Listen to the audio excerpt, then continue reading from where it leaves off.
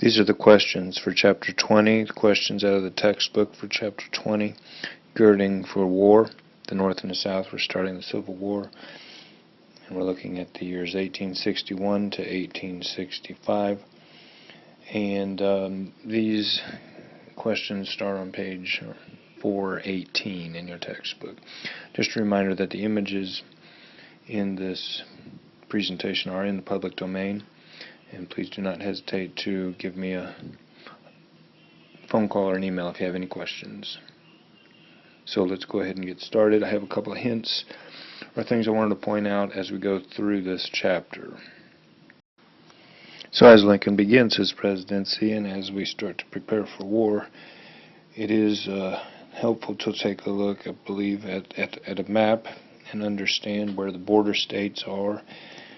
And interestingly enough, this is where the remnants of the Missouri Compromise, the 36-30 parallel, kind of goes right here. Sometimes referred to maybe as a Mason-Dixon line. But if you look here, these are the border states. You have Kentucky, Missouri, and also we get up here into Maryland and West Virginia. These are the states that Lincoln was extremely concerned with. In particular, very concerned with Kentucky.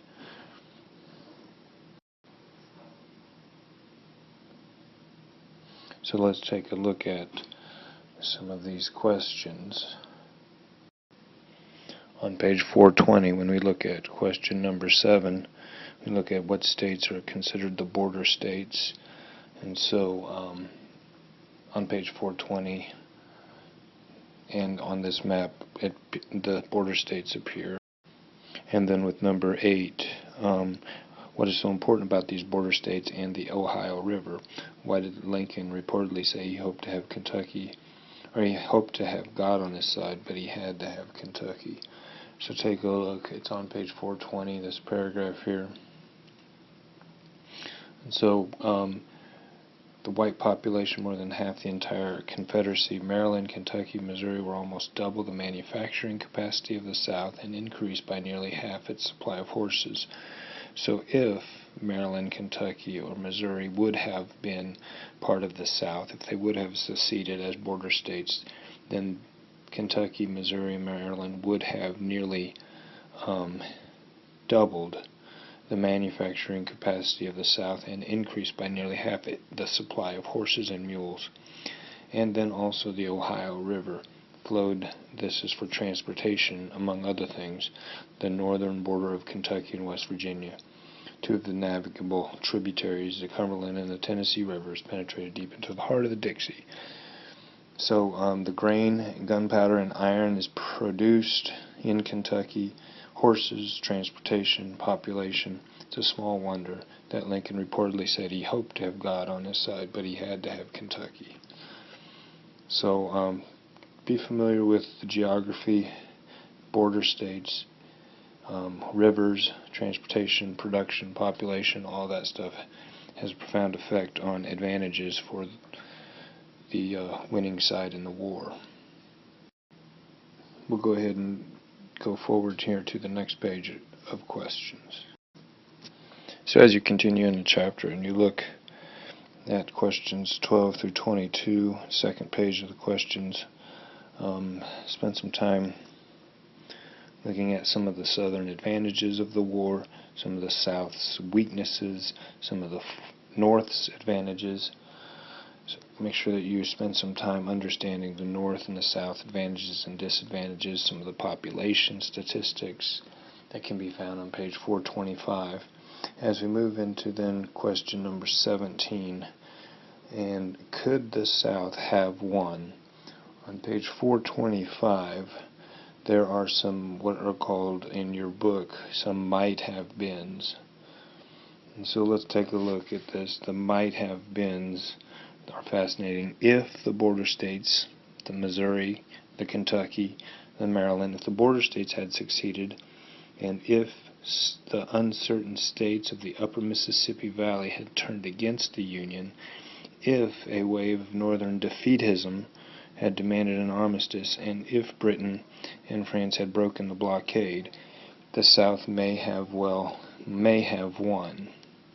All of these possibilities almost, I think that's key here, almost became realities. So this paragraph can be found on page 425. Page 425, the first full paragraph on the right-hand column. That's the answer to number 17. And then we also want to focus some time here on king cotton and king wheat and king corn, and dethroning king cotton on page 425. I'll spend a lot more time talking about that in the PowerPoint. But if you look at the bottom, the last full paragraph on page 425 on the right-hand column, page 425, dethroning king cotton. And the questions here, how did king wheat, king corn prove to be more important than king cotton? And I think you'll find this here in contrast. There's a lot of things here that we want to point out. 75% of their cotton supplies went to London, and hopefully you can read through this paragraph. Uncle Tom, and the idea that Uncle Tom's Cabin was read in Britain, and so there's no way that the British and the foreign countries were going to come to aid the South in the Civil War. And then also this idea that king corn and king wheat, king grain, was in effect way more important than king cotton, and that in fact king cotton was overemphasized by the South, mainly because enormous exports of cotton in the years from 1857 to 1860, enormous exports of cotton had piled up surpluses in the British warehouses, and so the British did not need the cotton from the South, however, because they had these surpluses. However, they did need corn and they did need cotton. So the British were not going to jeopardize supplies of wheat and corn from the North in order to maybe help the South. So king cotton was not as important as the warehouses that the North had full of wheat and corn that the British needed. Hopefully I'll clarify that a little bit more in the PowerPoint presentation. Let's move on then to the last page of these questions. So on this last page of questions, I wanted to focus a little bit of your attention to question number 26. And this is on page 428. So question number 26. Why was it not logical for the new Confederate government to deny future succession to its own constituent states? So this is in the section on page 428, President Davis versus President Lincoln. And again, I'll focus a little bit more on this in the PowerPoint presentation. But there's this kind of inconsistency that is like king cotton. It's a fatal weakness. Bores a fatal weakness. It's borrowing liberally. The Southern Constitution, the Confederate Constitution, borrows liberally from that of the United States, or that of the Union's Constitution. So the Confederate States of America have a Constitution, and they borrow liberally from that of the United States Constitution. This contained a deadly defect. So the Confederacy was created by secession. So the Confederacy could not logically deny future secession to its states. So Jefferson Davis, while making his bow to states' rights, had in view a well-knit central government. How is it possible for this new Confederacy to have a central government when they themselves could not deny future secession? So hopefully you can kind of understand this. Understand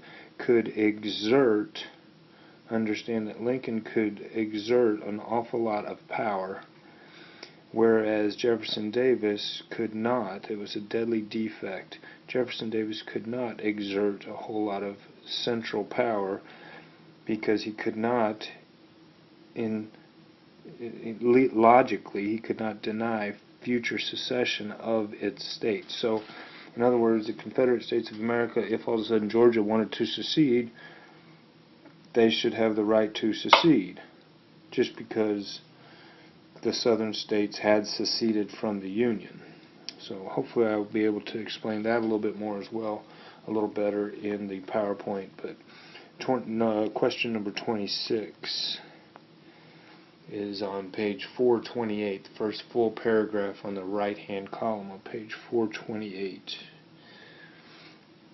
And then also question number 27, kind of on page 429, I guess. Question number 27 on page 429, and the violations of the Constitution. And so there are 4 ways, in fact, that Lincoln, in fact, exerted his central authority, and in fact, potentially he did violate the Constitution. One way here, let's look. Maybe the first way is he arbitrarily increased. Let's see if he arbitrarily increased the size of the federal army, something that only Congress could do. Then he also directed Secretary of Treasury to advance $2 million without appropriation, and then he also violated the writ of habeas corpus. So this is number 3, 2, 1. And then also he used some pretty where is it here? Oh, he arranged and supervised voting in the border states. So some of this, the intimidating, holding a colored ballot, indicated that you were going to vote for a certain party. This is a clear violation of the Constitution. He would have federal troops line up in a gauntlet and force the voters to walk in between federal troops and show the colored card, and the colored card would indicate whether or not they were going to vote for secession or for the Union. So this was supervised voting in the border states, and this intimidation of citizens was a violation of the Constitution. Anyway, these are all answers, 4 answers to number 27. This is number 26. Hopefully you don't have any other problems or any other questions of clarification for this chapter.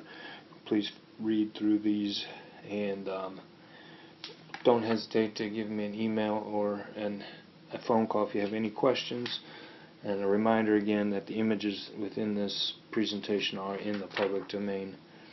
So that concludes the questions for Chapter 20, and we will move now forward into Chapter 21.